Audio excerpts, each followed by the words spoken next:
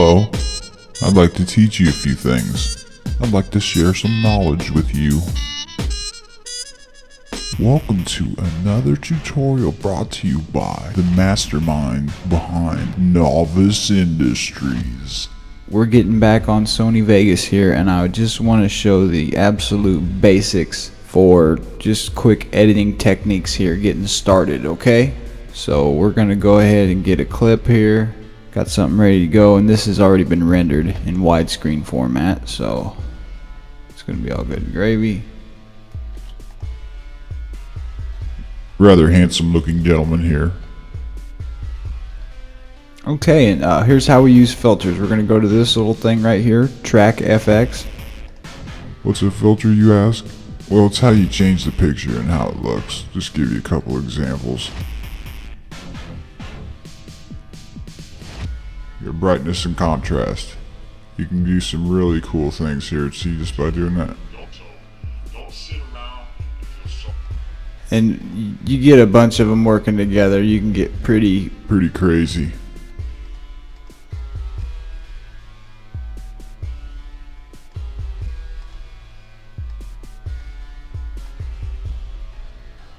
As you see here, you just choose whatever you want. Okay, and another thing here, you can always click and drag in still images, JPEG files, and use them as well. But if they're a different size, then they're going to be a little different here, as you can see. And any track that lays over the top of the other will play over the top of whatever's below. For lack of better terms, I guess it's higher on a priority list, whichever one is higher upward. Okay,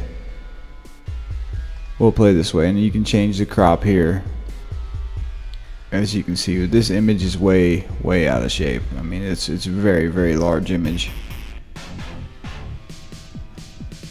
Okay, and let's see what else we got here. I'm gonna get rid of that, and let's see. PNG files. If you haven't checked out the video using PNG files as digital on-screen graphics, and you're big into this, that's a JPEG. Go figure. There we go.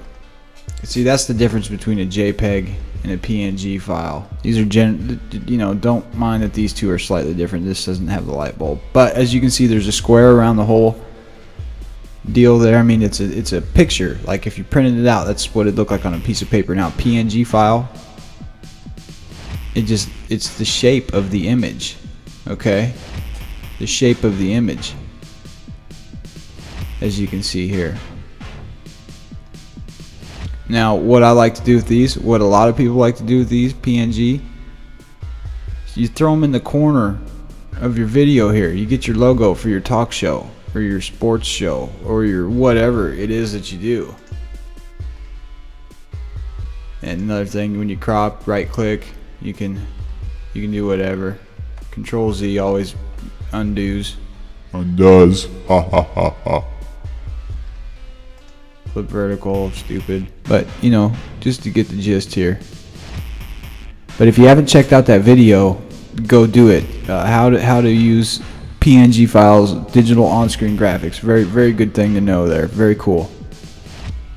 Very cool thing. Okay, we're gonna get another. We're gonna find some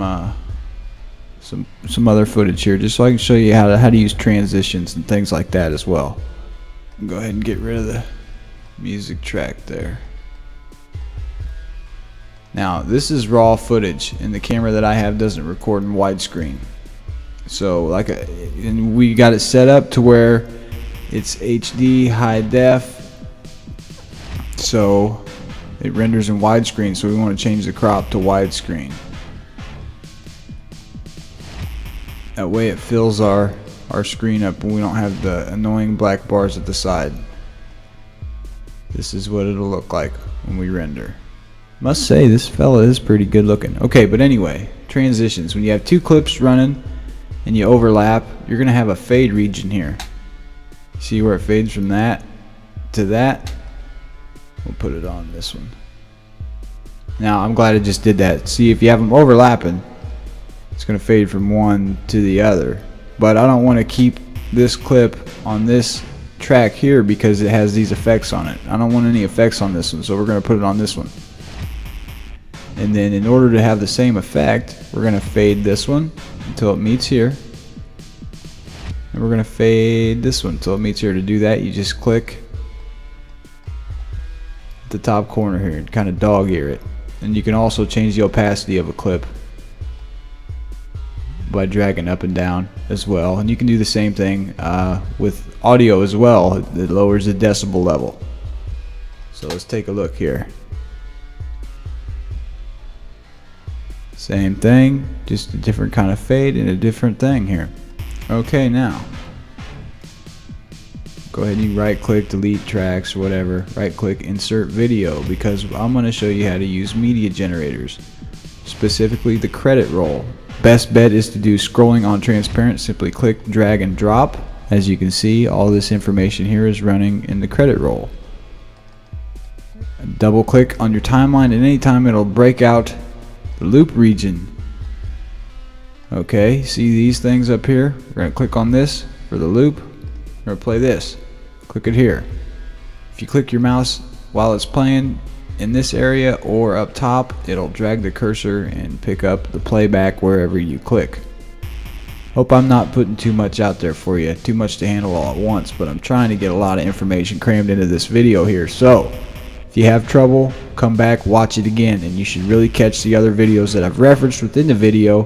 If you haven't checked out the other videos that are in the collection here at youtube.com/noviceindustries, I advise you to do it. There's a lot to learn, a lot more to come. Okay, so this is the way I like to go about doing this. If you want to have it set up and be professional and do it how the pros do it just like that. But I generally keep it simple, so I just stay with this one, whatever the hell they call it. I don't know, but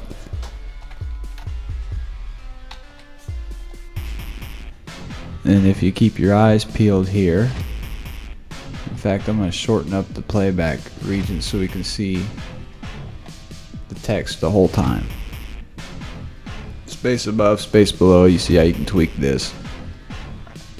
I generally like to have them close together. You can change the font. If it's getting cut off like that, you drag these over here to widen the text area. Some fonts are silly and they don't take the time to, well, some of them don't even have goddamn letters. Some of them don't even take the time to add punctuation, you know, colon, semicolon, things like that. So you kind of got to be careful when picking a font. I like this one here, but they don't have question mark in. Well, mine have a question mark, but no, obviously it doesn't because there's no question mark here, and I typed the damn question mark. Anyway, there's our credit roll. We'll just throw it here at the beginning. It's our video track. We're just gonna have a little fun here. And as you can see, we got our playback, our credit roll.